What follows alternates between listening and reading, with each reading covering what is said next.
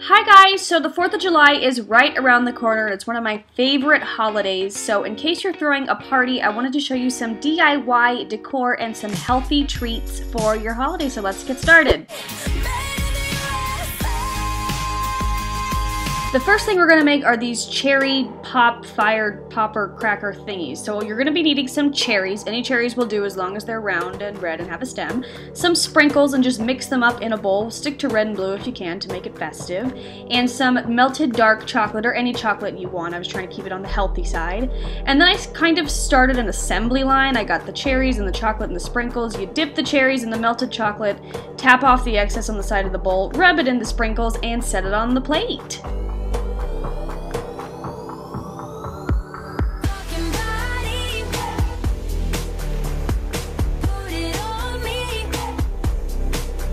Once you've made all the cherries you want, just pop them in the fridge for about an hour, and after that you're going to have these delicious cherry pops that are easy for your guests to pick up and enjoy.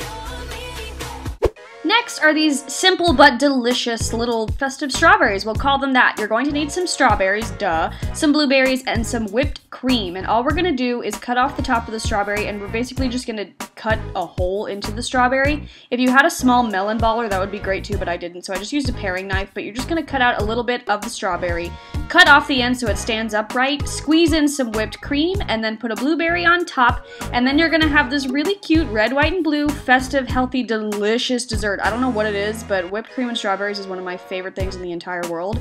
So I was all about this, and again, they're little easy little poppers for your guests to pick up and just put in their mouth, and they're so festive and cute.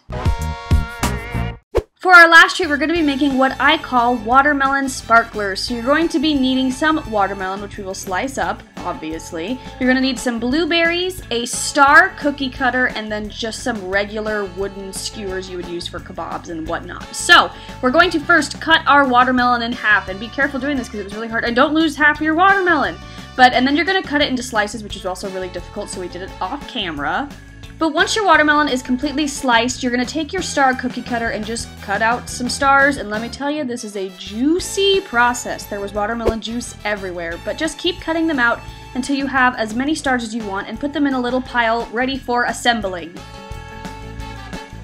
Then it's time to grab a skewer and start putting on some blueberries. I used 5 per each kebab stick thingy because I thought that looked best, but use however many you want.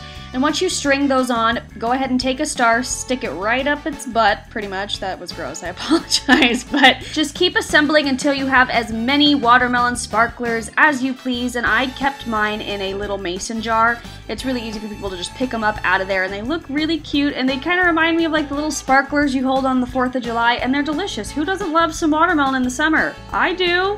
Watermelon is always a crowd pleaser, and I think these would be really cute at your party. Now it is time for some decor, and I have 2 really cute centerpiece ideas for your 4th of July party. For the first one, you're going to be needing 3 mason jars, doesn't matter what size as long as they're all the same size, some paint, red, white, and blue, of course, and some various size paint brushes.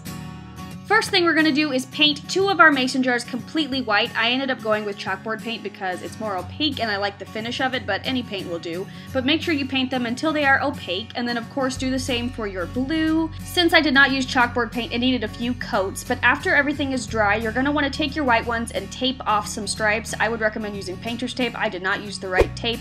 But after you do that, just paint inside the stripes red because we're creating a red and white stripe effect. You get it? We're making a flag. So just do that until they are opaque. And then for the stars, I am terrible at freehanding stars, so I cut out some various shaped stars, not very shaped, various size stars, and just trace them lightly with a pencil.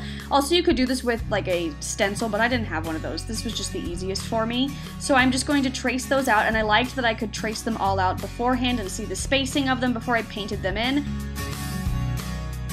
And once you're done tracing, you're going to have a jar that looks like this, and then you're going to take your white paint and a very small detail paintbrush and just simply paint them in. Again, I used the chalkboard paint, so I only needed 1 coat, but you could do 2 coats if you needed. I do not paint the best stars, so don't judge me off my stars. Again, I said I'm terrible at stars for some reason. Hearts are fine. Stars I just cannot do. So I'm just going to take the time, paint all the stars in until all of the stars are done.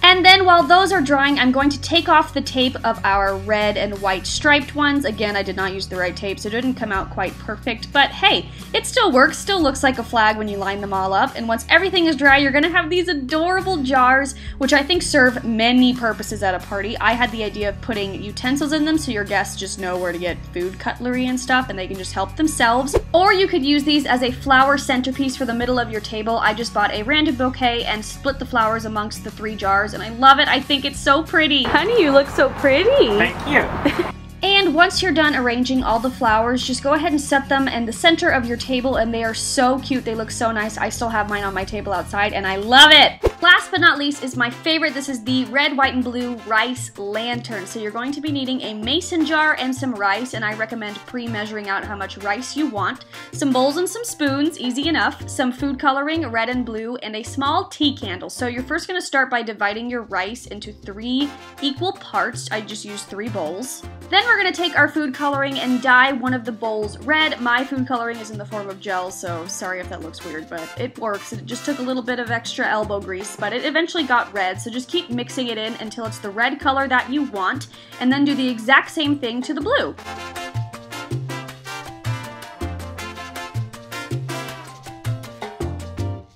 Then once you're done, you should have red, white, and blue rice, and you need your mason jar, and you're going to start layering your rice. So I started with red, so I'm just very carefully pouring it in. My boyfriend was mad, he wanted a faster shot, but I did the best I could. I didn't want to spill everywhere. So do red, then white, and then add the blue on top.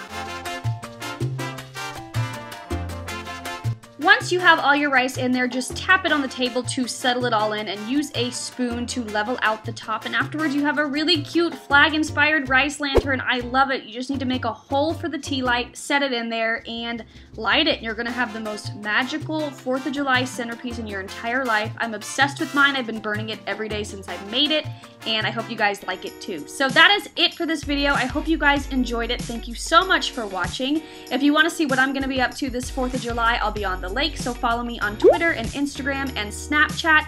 And I love you guys. Thank you so much for watching. If you haven't seen my last video, click right here to do so. Click up in the corner to subscribe, and I'll see you on the internet. Bye, guys.